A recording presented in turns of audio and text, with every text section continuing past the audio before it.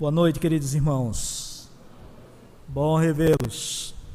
Bom estar aqui com os irmãos. E a minha oração é que nessa noite saiamos daqui mais animados no Senhor. O Claudinho estava falando a respeito da mãe dele e que como numa situação de tanto desconforto, de tanta tribulação, ela mantinha um coração sossegado. Eu acho que é um grande desafio para nós. Os dias que nós estamos vivendo são dias de tanta agitação, de tanta correria, de tantas incertezas, de tantas mentiras, de tantas promessas falidas, e que manter o coração sossegado é um grande desafio. E a minha oração é que nessa noite a palavra de Deus possa renovar o nosso coração, possa encher a nossa alma, de tal forma que saiamos daqui mais fortalecidos no Senhor. Amém, meus irmãos? Miqueias capítulo 3. Miqueias capítulo 6. Miqueias capítulo 6. Antes de olharmos para o texto, gostaria de convidar a igreja a estarem orando conosco pelos indígenas do Nordeste. São 58 etnias, dessas 58, apenas 10 etnias possuem igrejas e crentes. Então precisamos clamar ao Senhor da Seara que envie mais trabalhadores. E quem sabe os trabalhadores não estão aqui nessa noite. Não são os resultados das nossas orações, sentados nesses bancos. Então, a região norte, uma região bem povoada de indígenas, mas também bem povoada de missionários. Há muito que ser feito lá ainda. Muitas comunidades que ainda não têm a presença de crentes, presença de uma igreja, mas há um bom número de missionários que podem fazer um bom trabalho se compararmos ao número de missionários existente aqui no sertão de Pernambuco e no sertão dos outros estados do Nordeste. Então eu queria que os irmãos pudessem colocar na lista de oração, então, as comunidades indígenas do Nordeste do Brasil. São bastante carentes da sua oração e de missionários para a pregação do Evangelho, para a plantação de igreja e para treinamento dos líderes e pastores das igrejas que existem, e de tal forma que esses obreiros, esses pastores indígenas possam evangelizar os parentes e plantar novas igrejas. Então, quando estiverem orando pela manhã, quando estiverem orando pela tarde, pela noite, são irmãos de oração aqui, e aí então lembrem pelos indígenas do Nordeste. Miqueias capítulo 6, nós vamos ler do versículo 1 até o versículo 8. Miqueias, um profeta que foi levantado por Deus mais ou menos no final da queda de Samaria pelos assírios.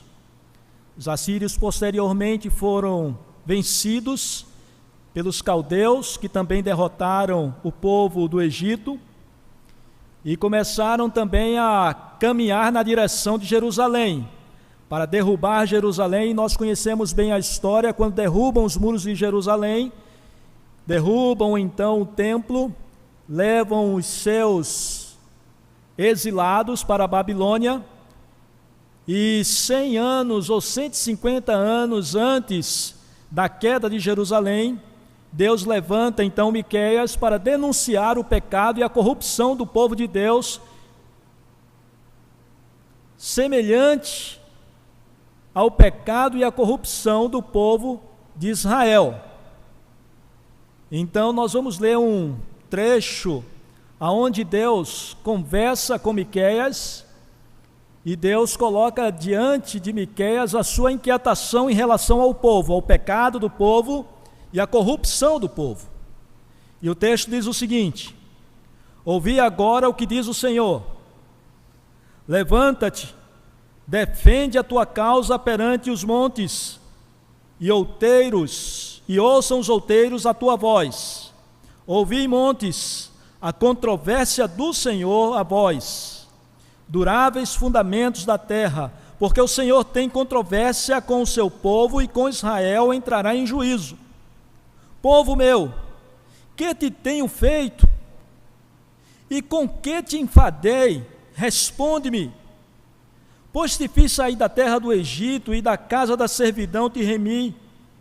Enviei diante de ti a Moisés, Arão e Miriam. Povo meu, lembra-te agora do que maquinou Balaque, rei de Moabe, e do que lhe respondeu Balaão, filho de Beor, e do que aconteceu desde Sitim até Gilgal, para que conheças os atos de justiça do Senhor. Com que me apresentarei ao Senhor, e me inclinarei ante o Deus excelso?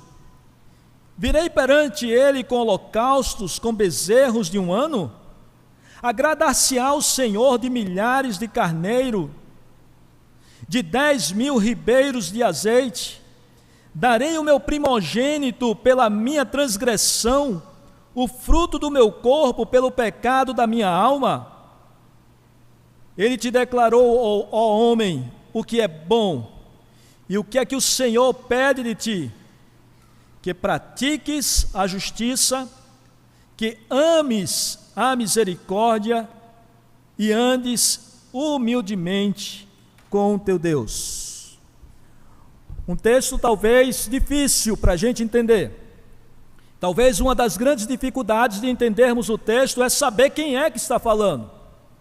É Deus que está falando através do profeta? É o profeta que está falando para Deus? É o profeta que fala em seu próprio nome? Talvez seja um dos grandes desafios na leitura dos profetas, é sabermos exatamente quem está falando, para entendermos o que é que está acontecendo.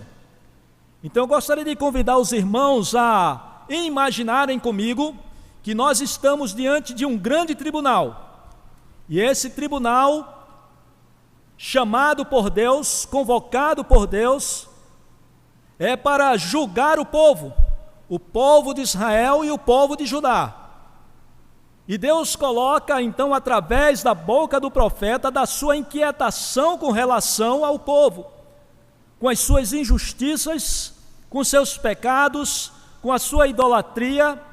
E Deus convoca então essa multidão de gente e diante deles diz: eu estou em queixa com vocês e colocarei vocês diante de um grande juízo, e vocês terão a oportunidade de se defender. Mas o que me impressiona, irmãos, é que nesses primeiros versículos nós vemos que Deus convoca não apenas o povo, mas convoca os outeiros, os fundamentos mais profundos da terra.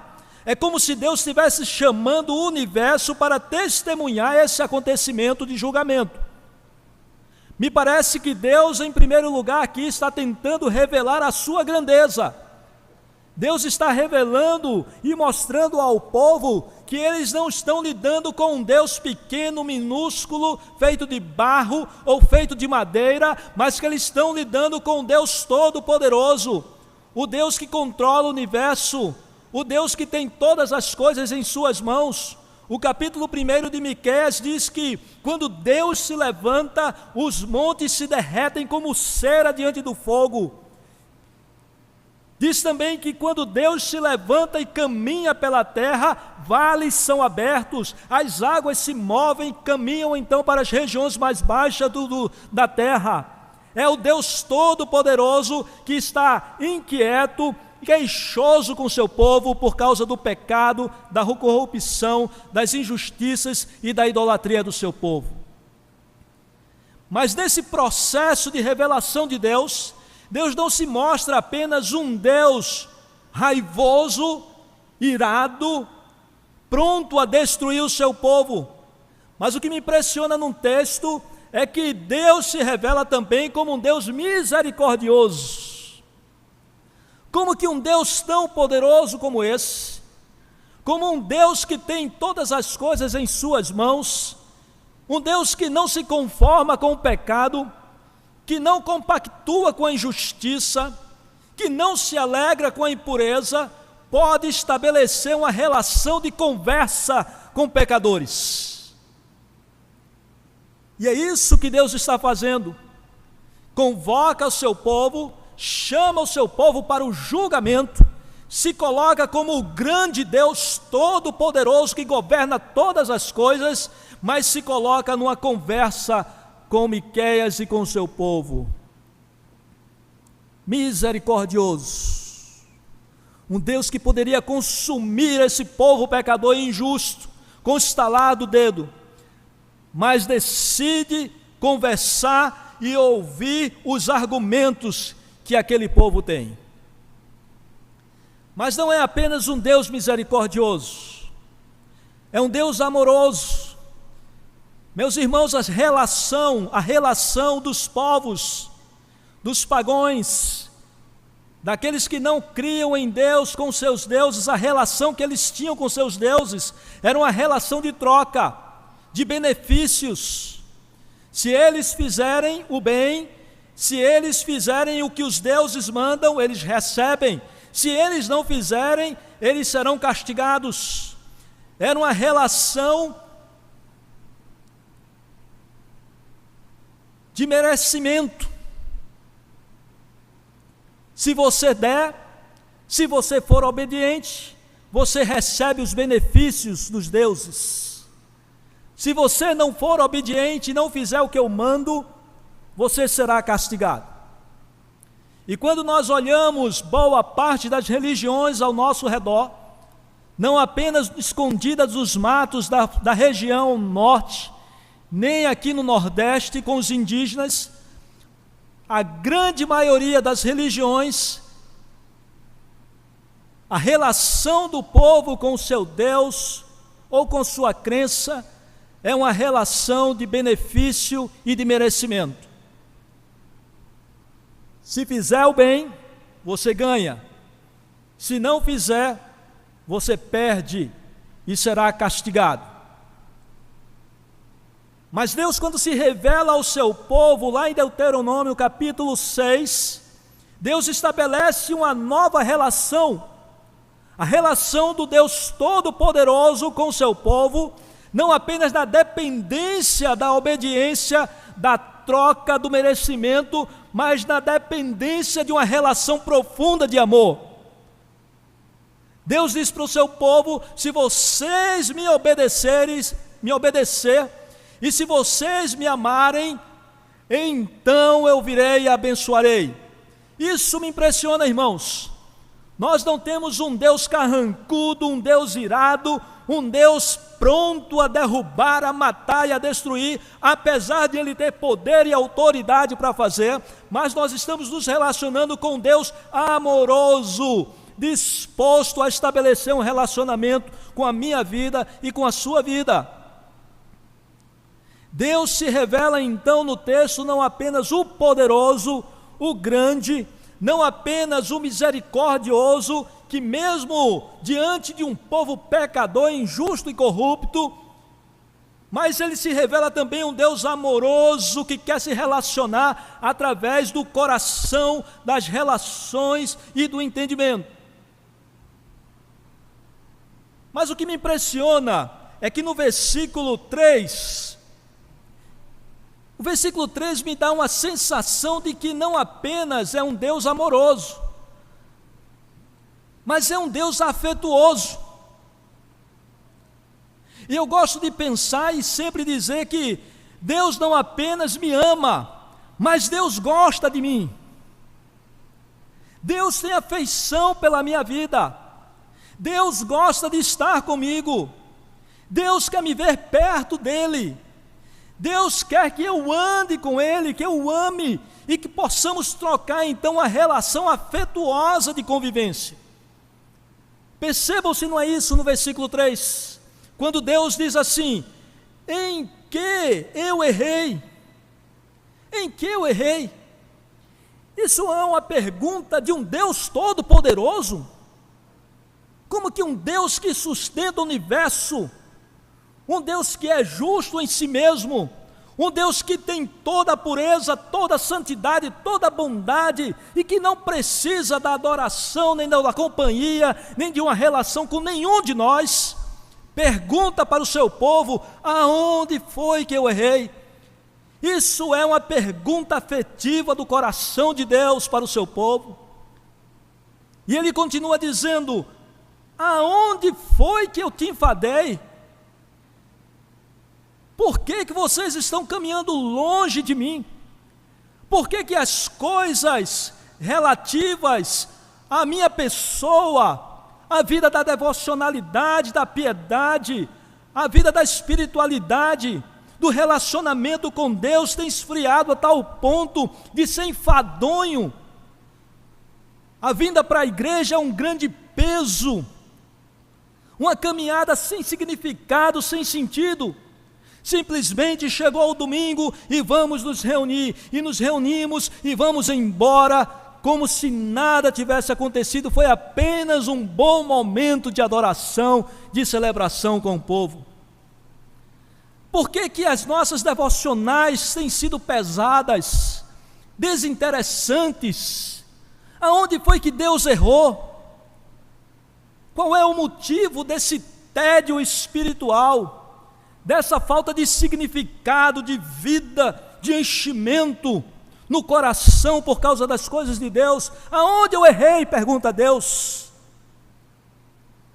Por que vocês andam entediados? Respondam-me, diz Deus ao seu povo.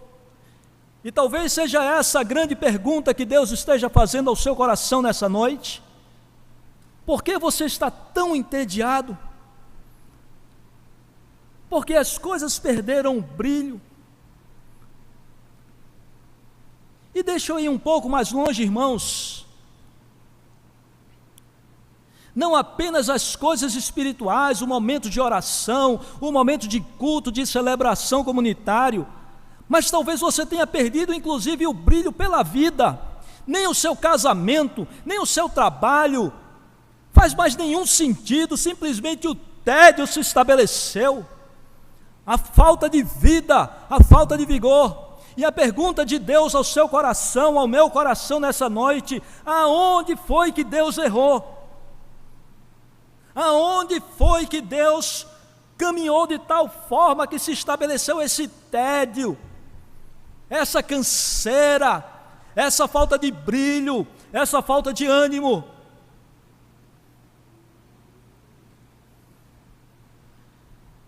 Deus se revelou ao povo, e Deus conversa com o seu povo.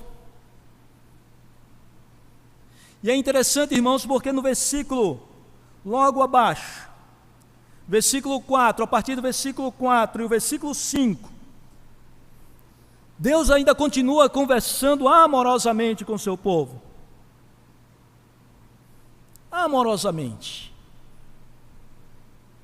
O Deus Todo-Poderoso decide dialogar com o seu povo corrupto, injusto e idólatra, mas que ele ama.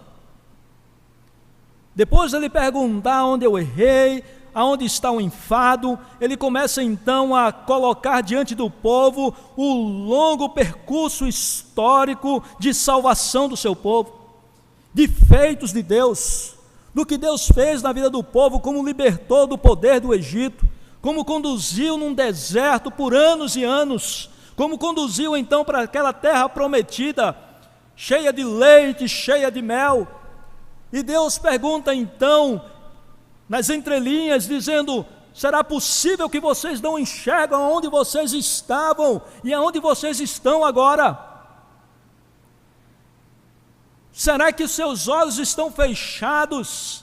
Será que a sua mente bloqueou e não consegue enxergar o passado, aonde nós estávamos perdidos, desalentados, caminhando para o inferno, sem esperança, sem Deus, famílias destruídas, caráter destruído, apenas a angústia de caminhar e esperar a morte, E muitas vezes nós esquecemos dos feitos de Deus nas nossas vidas, de como Deus nos resgatou do pecado, nos trouxe para a sua luz, nos libertando do pecado, nos prometendo vida eterna em Cristo Jesus. Será que nós esquecemos todas essas coisas para estarmos tão entediados, tão cansados dessa vida de crente?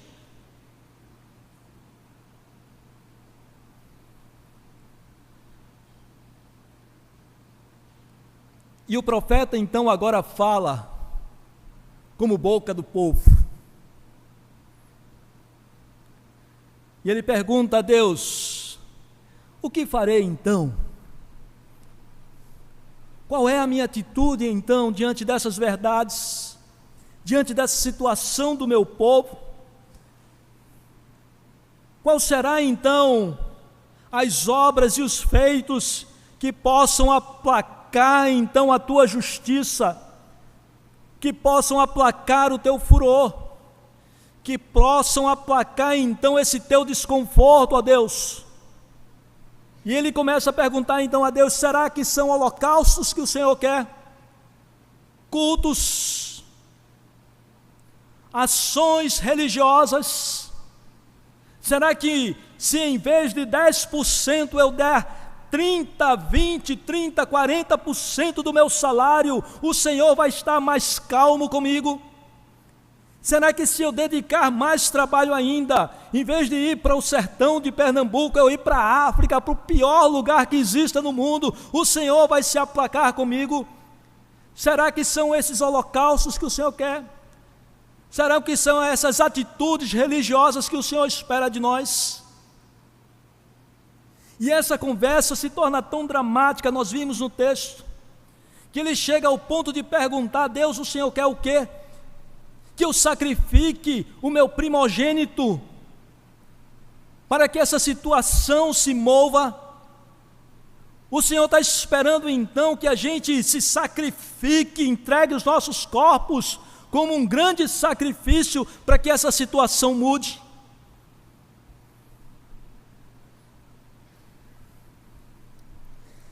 E Deus mais uma vez se revela. E precisamos ler então o Antigo Testamento e os profetas, principalmente nessa perspectiva de revelação de Deus. Não apenas da revelação das promessas, não apenas da revelação das profecias, mas precisamos compreender principalmente quem é Deus. Quem é Deus? Meus irmãos, em nome de Jesus, nos nossos dias nós precisamos compreender quem é Deus. Porque me parece que a nossa espiritualidade, eu estou falando agora de uma forma muito genérica, a nossa espiritualidade está muito folgada. Todos dizem que são crentes, todos dizem que creem em Deus, todos dizem que têm uma fé em Deus e que frequentam uma igreja evangélica. Mas nós precisamos compreender de fato quem é Deus e o que é que Ele espera de nós, já que não são os seus sacrifícios, os seus dízimos, a sua vida religiosa. O que é que Deus espera de cada um de nós? Qual é o caráter de Deus e o que é que Ele espera da sua vida e da minha vida? E o versículo 8 diz, eu vou te falar o que é bom. Eu vou te falar então ao povo de Israel, ao povo de Judá, eu vou te falar o que é agradável à minha alma, o que alegra o meu coração. E ele dá 3 coisas que nós precisamos ter para alegrar o coração de Deus, muito mais do que os nossos cultos, muito mais do que cumprir a obrigação de vir aqui todos os domingos, muito mais do que dar os seus dízimos, os seus trabalhos, dedicar sua vida a missões ou como pastor da igreja. Deus requer de cada um de nós pelo menos 3 coisas. A primeira coisa que diz o texto, que pratiquem a justiça. Isso me impressiona, irmãos. Me impressiona porque quando lemos o final do capítulo 6 e boa parte do capítulo 7, nós vemos a realidade social do povo de Deus. O texto diz que a corrupção corria solta, que propina, que a gente acha que é só em Brasília, estava presente, muito bem presente na vida do povo de Deus, do povo de Israel e do povo de Judá. Os sacerdotes recebiam então, para conseguir fazer ali a média com o povo, dizendo que estava fazendo contato com Deus, intermediando essa relação com Deus, recebiam propina, eram corruptos. Os profetas recebiam também propinas para poder dizer que estava tudo bem, enganando o povo, dizendo para eles: olha, caminhem do jeito que estão, porque está tudo bem diante de Deus. Mentira! E eles eram pagos para isso, recebiam propinas para isso. Mentira! Os juízes julgavam também debaixo de dinheiro, de corrupção, de injustiça, de infidelidade às leis. Os príncipes também não governavam bem, estavam corrompidos. Os ricos roubavam. Os comerciantes mudavam as balanças para conseguir tirar mais proveito daqueles pobres. Os pobres, por sua vez, não iriam ficar por baixo, teriam que tirar proveito também, afinal de contas ele precisa sobreviver. Afinal de contas, esse é o meu trabalho. Eu já ouvi várias vezes isso. É o meu trabalho, pastor, eu vou fazer o quê?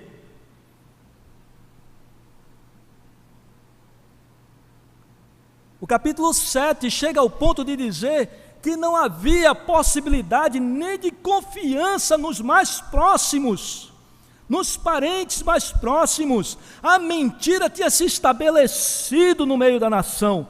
Meus irmãos, a matriz do pecado é a mesma no tempo de Miqueias e nos nossos dias. Distância de Deus, idolatria, coração endurecido, secularismo, não conhecemos Deus, falamos de Deus para todos os lados, cantamos sobre Deus em todas as situações, mas nós não conhecemos a Deus, não sabemos quem é Deus, não compreendemos a sua justiça. E o que o texto diz? Que Deus espera.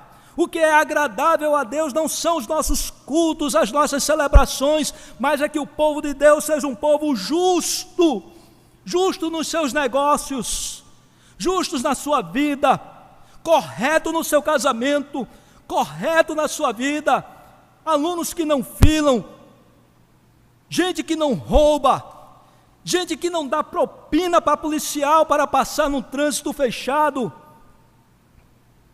O que é que se espera então do povo de Deus? Que pratique a justiça, doa o que doer. Doa o que doer.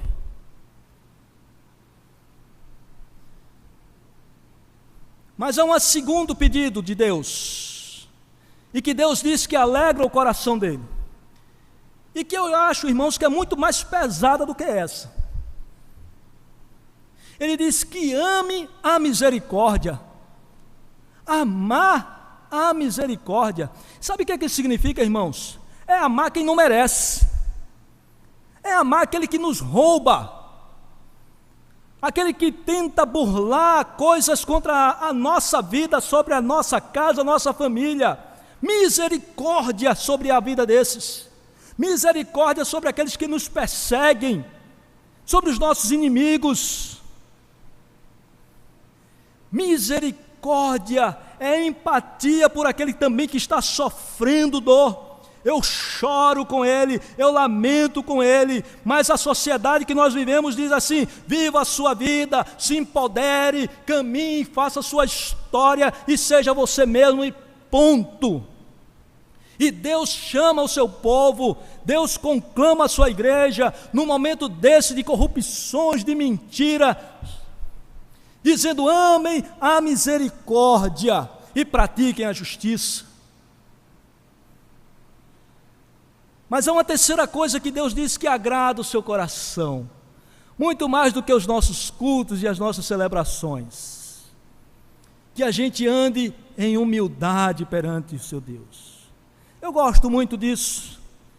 A primeira coisa diz que é andar com Deus, caminhar com Deus. Isso me faz lembrar o texto de Marcos, o Evangelho de Marcos, capítulo 3, quando Jesus chama os seus discípulos e diz que chamou uma grande multidão, mas daquela grande multidão sacou 12 para estarem com Jesus. Ou seja, andar com Jesus, aprender de Jesus, ser semelhantes a Jesus.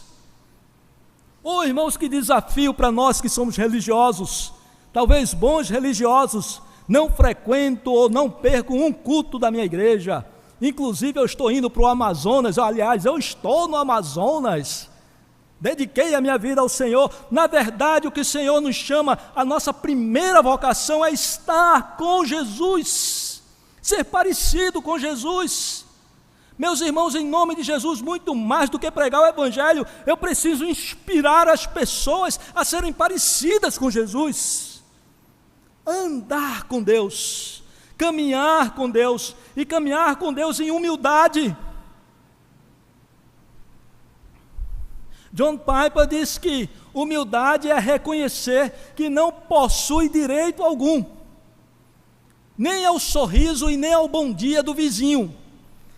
E de fato, quando a gente entra no elevador e dá o bom dia ao vizinho, bom dia vizinho, a gente espera no mínimo que ele vire para a gente e diga, bom dia pastor. Se ele não der o bom dia pastor, eu vou me sentir ofendido. Afinal de contas, eu tenho direito a receber pelo menos um sorriso desse mal educado.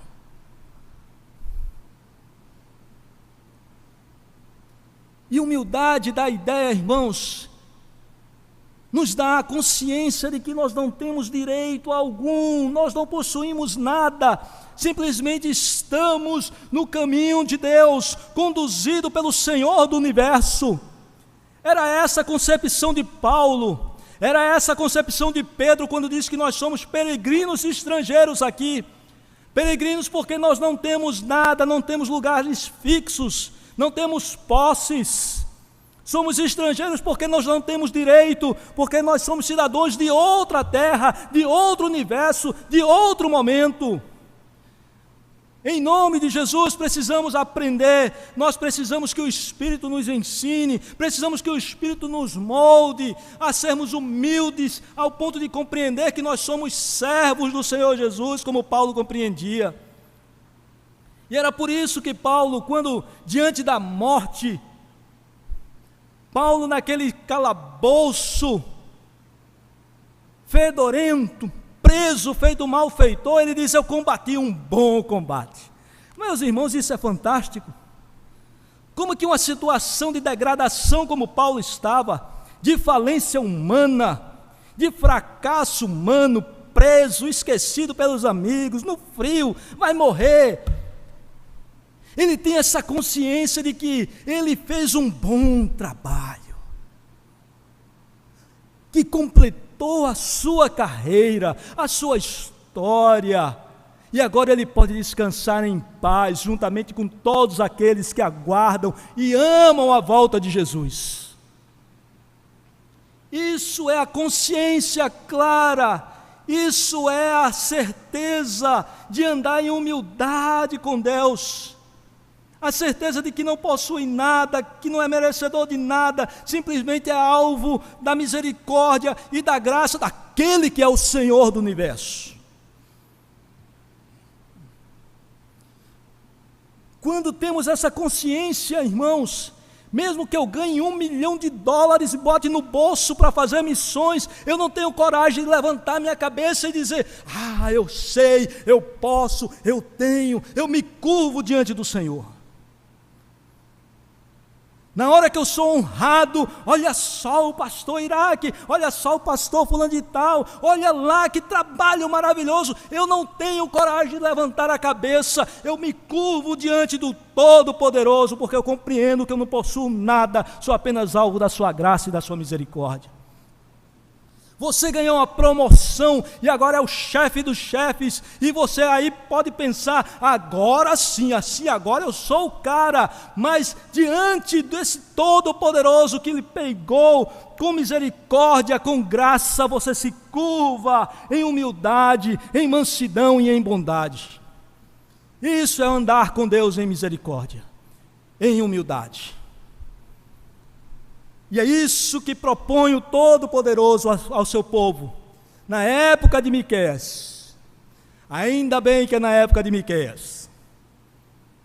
Mas não, irmãos, o mesmo Deus que era de Miqueias é o Deus de hoje, é o Deus da sua igreja, da Igreja das Graças, é o Deus que anda conosco, que nos busca, o Deus que zela pela minha vida, pela sua vida, que não permite que nenhum fio da sua cabeça, da minha cabeça caia, que não seja por autorização dele.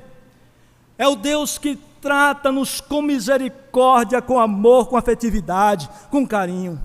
E nós precisamos ter a coragem de andar em humildade diante do Senhor, não com arrogância, não com presunção, não com vaidade no coração, seja lá em que área for, mas precisamos nos curvar diante desse Deus Todo-Poderoso.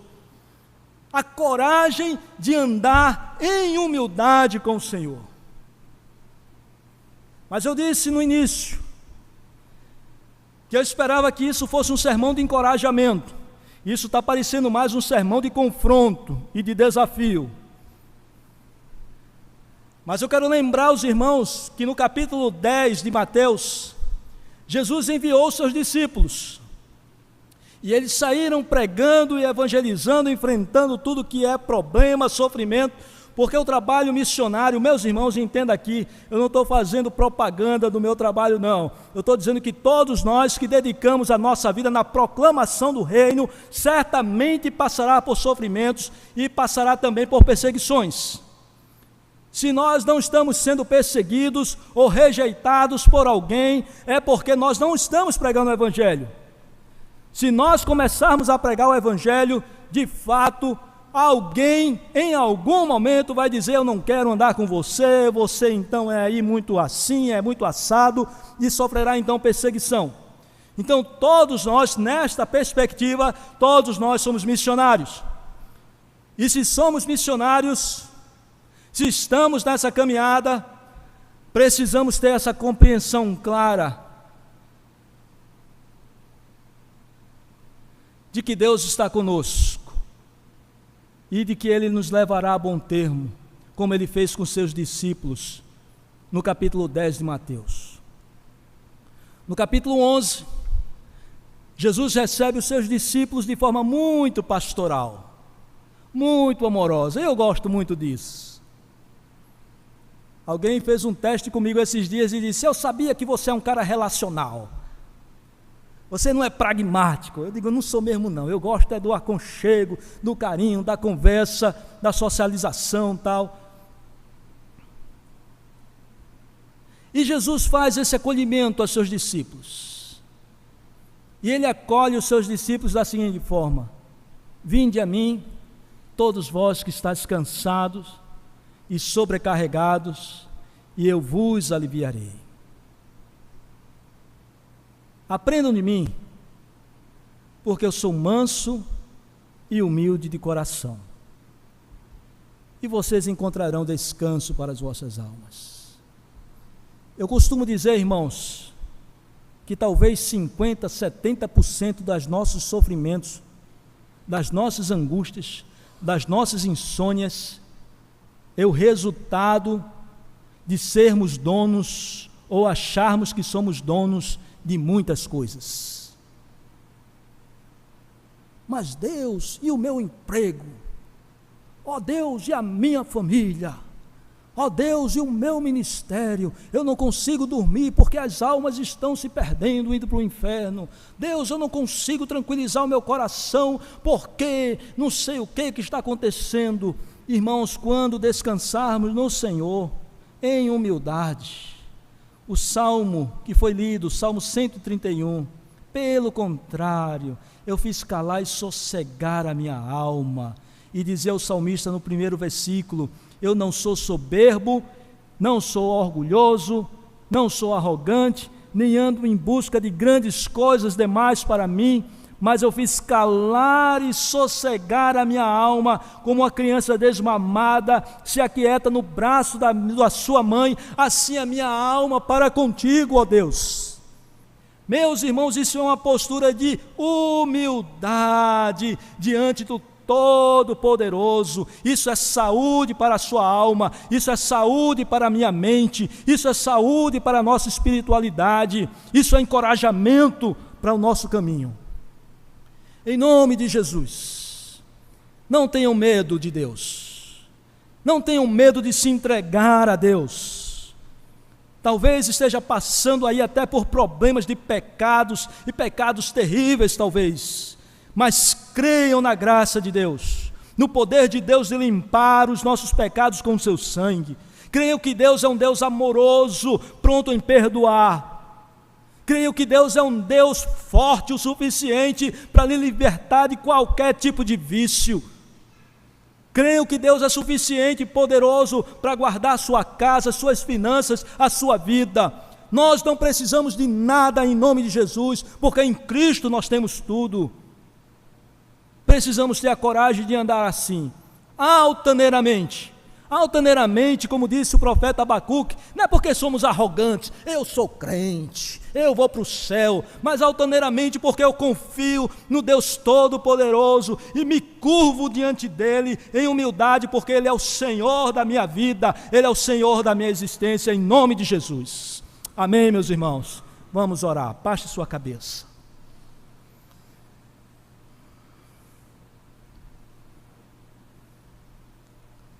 Ó Deus, nós te agradecemos pela Tua palavra e te rogamos que a Tua palavra, o Teu Espírito nos conduza, ó Deus, na nossa vida, na nossa existência. Nós queremos fazer a Tua vontade. Tu conheces o nosso coração, Tu conheces as nossas inclinações. O Senhor conhece, ó Deus, como somos frágeis, ó Deus, propenso ao orgulho, à vaidade, à presunção. Em nome de Jesus, ó Deus, guarda o nosso coração. E permite, ó Deus, que nós venhamos a nos alegrar no Senhor, esperar do Senhor, nos curvar perante o Senhor, o Deus Todo-Poderoso que criou os céus e a terra, o Deus que nos ama, o Deus que é misericordioso, o Deus, ó Deus, um Deus que decidiu nos amar e nos salvar. Guarda o Teu povo aqui na Igreja das Graças, guarda o Teu povo em todos os lugares do mundo. Ó Deus, levanta missionários para o sertão, levanta missionários, ó Deus, ainda para a região norte, para a África, para onde o Senhor quiser enviar o Teu povo. Ó Deus, muito obrigado, porque Tu és o nosso Deus, e o Senhor decidiu nos amar, em nome de Jesus. Amém.